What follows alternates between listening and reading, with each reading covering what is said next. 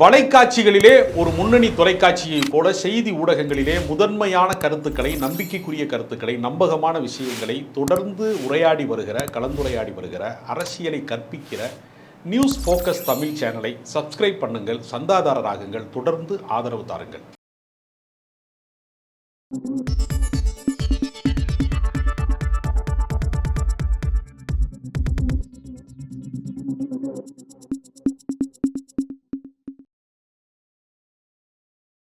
Sir வணக்கம். வணக்கம். நடிகர் கமலஹாசன் தன்னுடைய உலகநாயகன் அப்படின்ற அந்த பட்டத்தை திறந்துருக்கார் அப்படிங்கிற விஷயம் நம்ம நன்கு அறிஞ்ச விஷயம். பட் அதுக்கு பின்னாடி திமுக இருக்குது, திமுக மிரட்டி இருக்குது. அதனால தான் தன்னோட பதவியை அவர் அதை தன்னுடைய அந்த பட்டத்தை அவர் திறந்துருக்காரு, திமுகவில் முழுசாக அவர் கரைஞ்சிட்டாரு அப்படின்னு சொல்லிட்டு பாஜகவை சேர்ந்த தமிழிசை சவுந்தரராஜன் அப்படி ஒரு விமர்சனத்தை முன்வைக்கிறாங்க.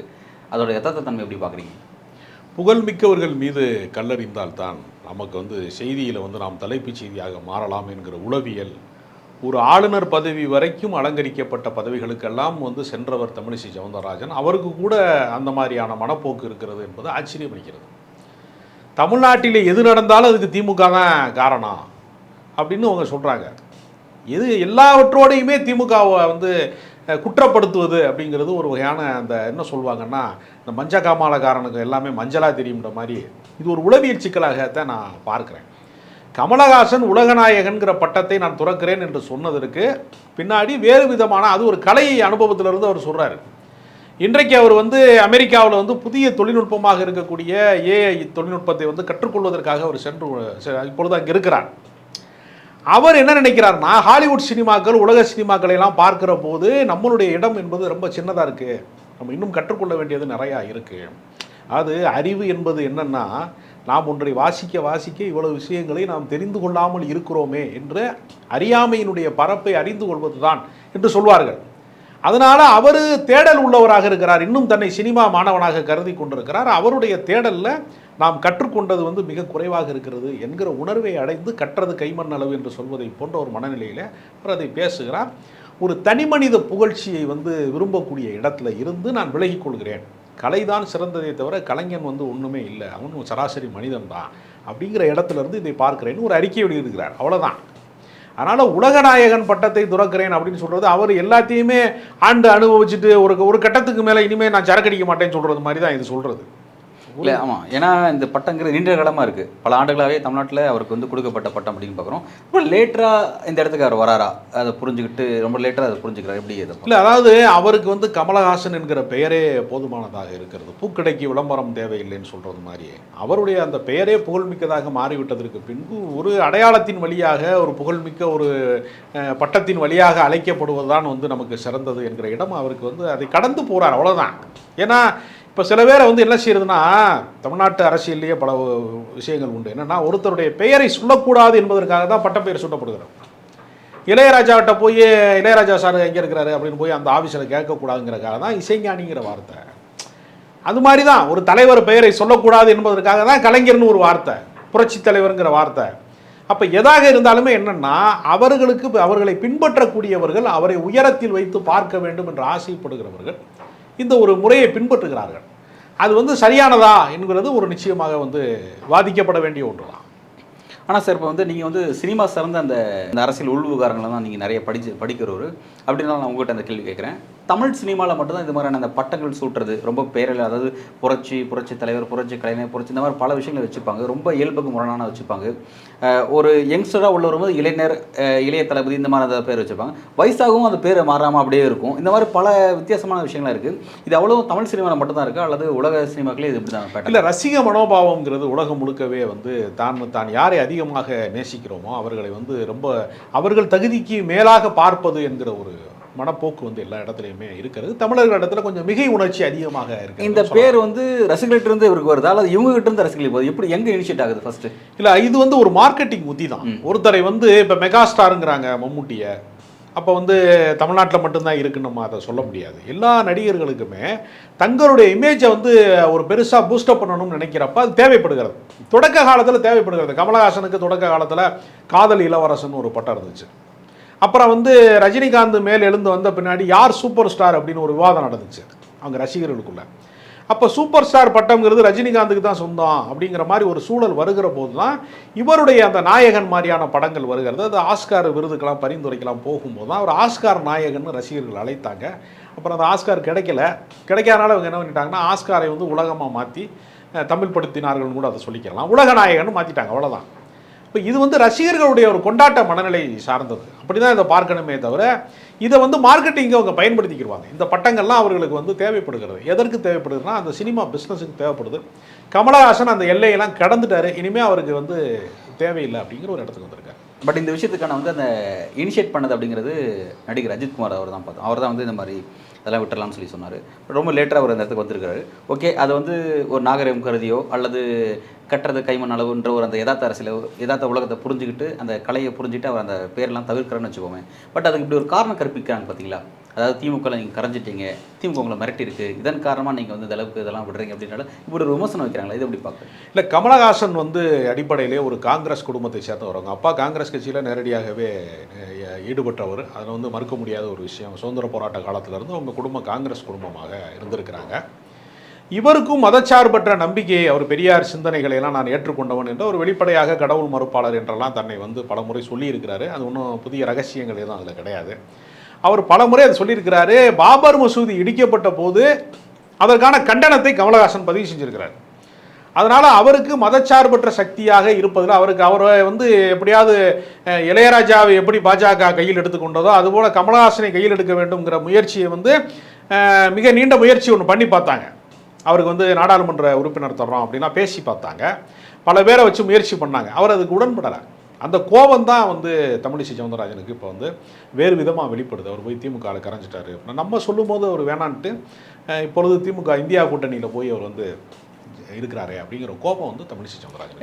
ஏன் வந்து அவர் வந்து பாஜக ஆஃபர் பண்ண அந்த எம்பி ஆஃபர் அந்த எம்பி பதவி ஏன் அவர் ஏற்க மறுத்துட்டார்? நாடாளுமன்ற உறுப்பினருங்கிறது மாநிலங்களவை உறுப்பினர், எக்ஸாக்டாக வந்து மாநில உறுப்பினர், ஏன் வந்து வேண்டான்றார்?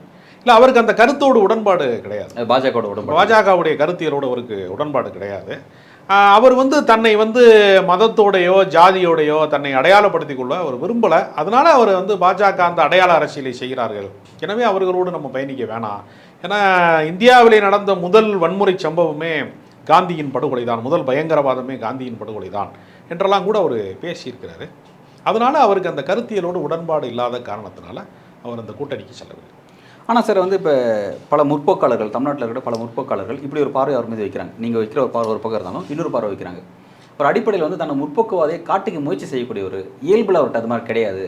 அவருடைய சொந்த சாதியின் பெருமை, பிறகு அவரோட தனிப்பட்ட அவர் தான் அப்படின்ற மாதிரியான அந்த ஒரு இந்த கர்வம் அதெல்லாமே அவரோட பல விஷயம் தெரியப்படும்.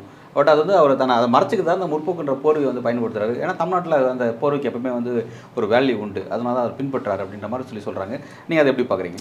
இல்லை, திராவிட இயக்கம் வந்து தமிழ்நாட்டிலே செல்வாக்கு செலுத்திய காரணத்தினால தன்னை ஒரு திராவிட இயக்கத்தோடு தொடர்புபடுத்திக் கொள்வது, பெரியாரிஸ்ட் என்று சொல்வதன் மூலமாக தன்னை முற்போக்கு முகமாக நிலைநிறுத்திக் கொள்வது அப்படிங்கிறதுக்கான ஒரு கருத்தியல்ல அவர் இருக்கிறாரு. அது வந்து அதுவும் ஒரு நடிப்பு தான். ஒரு நடிகன்ட்ட இருந்து வெளிப்படுகிற எல்லாத்தையுமே நம்ம நடிப்பாக தான் பார்க்க முடியும், அதை உண்மையாக நம்ம ஏற்றுக்கொள்ள முடியாது.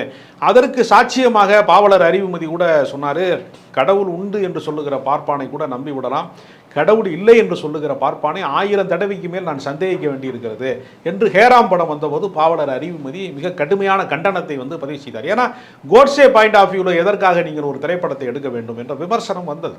அதே போல் விஸ்வரூபம் படத்தில் வந்து இஸ்லாமிய பயங்கரவாதம் என்கிற ஒரு கருத்தியலை முன்வைத்து, அதுபோல் உன்னை போல் ஒருவன்கிற படங்கள், இப்போ சமீபத்தில் அவருடைய தயாரிப்பில் வந்திருக்கிற அமரன் போன்ற படங்கள்லாம் இஸ்லாமிய வெறுப்பு பிரச்சாரத்தை வந்து கதைக்களமாக கொண்டிருக்கிற படங்களில் இவர் ஏன் தயாரிக்கிறார், ஏன் நடிக்கிறார்? இவருடைய மதச்சார்பற்ற சக்தி என்று சொல்லக்கூடிய அந்த கருத்தியல் என்பது நாடகமா, எது அசலான கமலஹாசன் என்கிற பல கருத்து முரண்பாடுகள் அதற்குள்ள இருக்கிறது. நான் இதை எப்படி பார்க்கிறேன்னா, அவருடைய கருத்தியல் வந்து நாடகத்தன்மை வாய்ந்தது என்று நான் நினைக்கல. ஆனால் இதை அவருடைய சினிமா வியாபாரத்திற்கு இஸ்லாமிய வெறுப்பை அவர் பயன்படுத்தி கொண்டார் என்று எனக்கு தோன்றுகிறது. தனிப்பட்ட முறையில் அவருக்கு வந்து இஸ்லாமிய வெறுப்பு இருப்பதாக எனக்கு தோன்றலை. ஆனால் அவர் வந்து அவருடைய திரைப்பட வியாபாரத்திற்காக வேண்டி அதை செய்து கொண்டார் என்கிற குற்றச்சாட்டு எனக்கும் இருக்கிறது. ஓகே சார், இப்போ சினிமாவில் அவருடைய ஃபேஸ் என்னவா இருக்குன்னு சொன்னீங்க. பட் அரசியல் அவரோட ஃபேஸ் என்னவா இருக்குன்னா, ஒரு மதச்சார்பற்ற ஒரு கூட்டணி அப்படின்ற ஒரு இந்தியா கூட்டணிக்குள்ளே அவர் வந்து இன்றைக்கி இருக்கிறாரு. இன்னும் சில நாட்களில் வந்து ராஜ்யசபா எம்பியா, அதாவது அந்த கூட்டணியுடைய ராஜ்யசபா எம்பியா திமுகவுடைய எம்பியா ஆக இருக்கார் அப்படிங்கிறது ஒரு உறுதிப்பட்ட தகவலாக வந்துட்டு இருக்கு. அப்படி இருக்கும் பொழுது இவர் மீது, அதாவது இஸ்லாமிய அமைப்புகள்லாம் இன்னைக்கு வந்து இந்திய கூட்டணியில் திமுக ஆதரவாக தான் இன்னைக்கு இருக்காங்க அப்படிங்கிறத பார்க்குறோம். இவர் மீது, இவர் எடுத்த படத்தின் மீது இவருக்கு எதிராக சில போராட்டங்கள் வடிவமைக்கப்படும் போது, அதுவும் இஸ்லாமியர்களால் வடிவமைக்கப்படும் போது, அது குறித்து ஏன் வந்து திமுக வந்து எதுவான கருத்துன்னு சொல்லாமல் இருக்குது? அமைதி கேட்குறேன், அந்த அமைதி எப்படி புரிஞ்சுக்கலாம்? இல்லை, ஒரு சினிமா நடிகனுடைய படைப்பு சுதந்திரத்தில் அவர்களுக்கு மாறுபட்ட கருத்து இருக்கலாம். அது கட்சி கோட்பாடு சார்ந்ததாகவோ கட்சியின் கொள்கையாகவோ நம்ம பார்க்க வேண்டிய அவசியம் இல்லை. திமுகவுக்கு மதச்சார்பற்ற சக்தி, மதச்சார்பின்மையில் அவர் உறுதியான கோட்பாட்டில் இருக்கிறோம். திரைப்படம் என்று வருகிற போது கமலஹாசனுக்கு ஒரு வேறுபட்ட சில கருத்துக்களை வந்து அவர் படமாக வைக்கிறாரு அப்படிங்கிற அந்த அப்படி இல்லைங்களே. இப்போ காஷ்மீர் ஃபைல்ஸ் எடுக்கும்போதோ, கேரளா ஸ்டோரிஸ் எடுக்கும்போதோ அதுவும் கருத்து சுதந்திரம்னு சொல்லி திமுக பார்க்கல. ஆனால் அதுக்கு எதிராக கருத்துக்கள் பதிவு செஞ்சாங்க.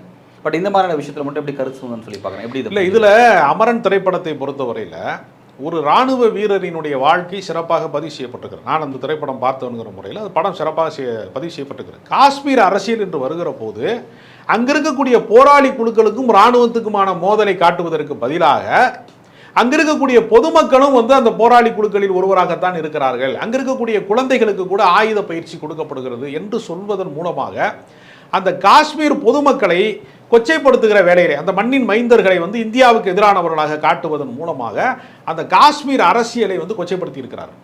ஒரு இராணுவ வீரரின் திரைப்படம் என்கிற அந்த விஷயம் நேர்த்தியானதாகவும், காஷ்மீர் அரசியல் என்று வருகிற இடத்திலே மட்டும் தவறான அரசியலாகவும் அந்த படம் இருக்கிறது. அதனால் இதை வந்து இது படைப்பாளியினுடைய கருத்தில் வந்து இது உருவாகிறதா, அந்த திரைப்படத்தின் இயக்குனர் வந்து இதை செய்திருக்கிறாரா, இல்லை தயாரிப்பாளர் தான் இதற்கு பொறுப்பா என்பதை அவர்கள் தான் அதை விளக்கம் சொல்லணும். இந்த கருத்துக்கு யார் பொறுப்பேற்பது?